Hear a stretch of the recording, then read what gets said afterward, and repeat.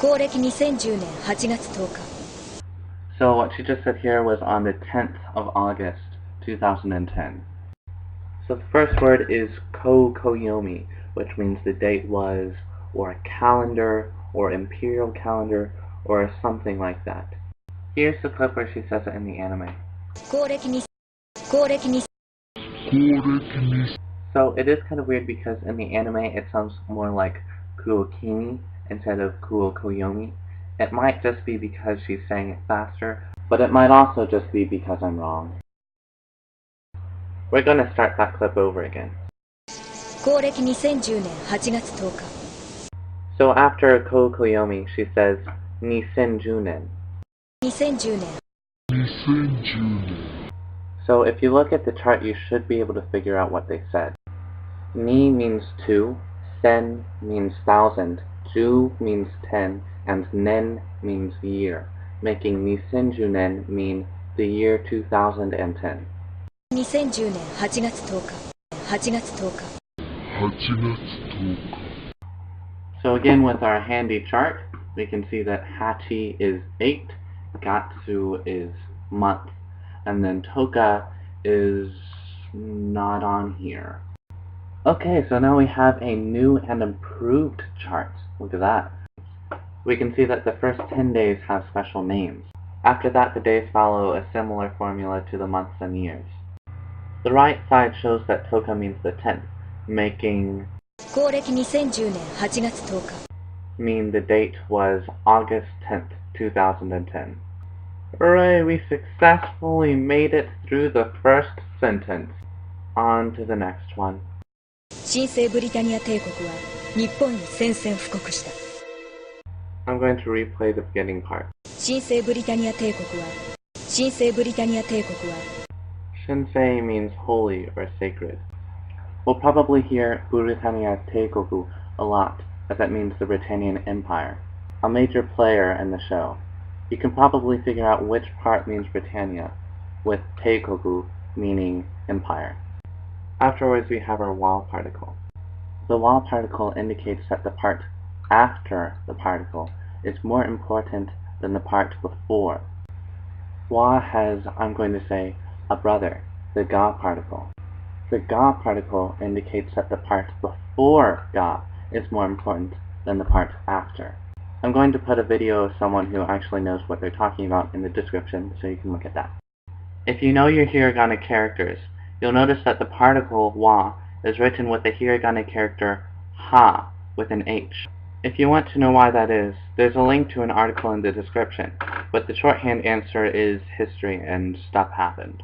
新生ブリタニア帝国は日本に宣戦布告した日本に宣戦布告した日本に宣戦布告した The next word is Nippon.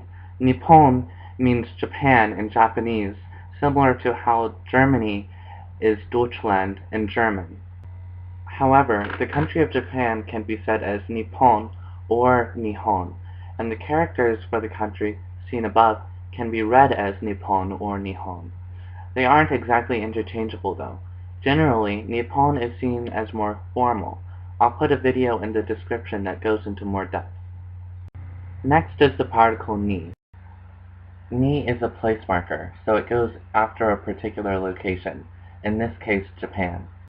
After this is the verb. 宣戦布告した宣戦布告した Spread out that sensen fukoku shita. She says it more like sensen fukushita. Sensen fukushita. 宣戦布告した Sensen fukoku means declaration of war. Shita means kind of to do. It's a bit of a verb maker. Shita is what changes declaration of war, sensen fukoku, to declared war.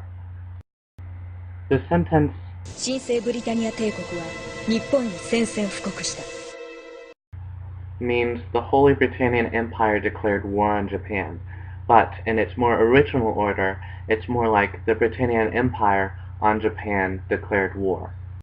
If you put the particles in, you get the Holy Britannian Empire, wa Japan, ni declared war, and this is where you really see the sentence structure. Wa and ni are a bit like the commas. delineating what parts mean what, but they are way more specific than the commas. You can also see why wa is used instead of ga, as if you lived in Japan, it would probably be more important to you that someone declared war on your home country than Britannia declared war on someone. Throughout the episode, we'll continue to look at sentence structure. 極東で中立を謳う島国と世界唯一の超大国ブリタニア。 So first we have kyokutode.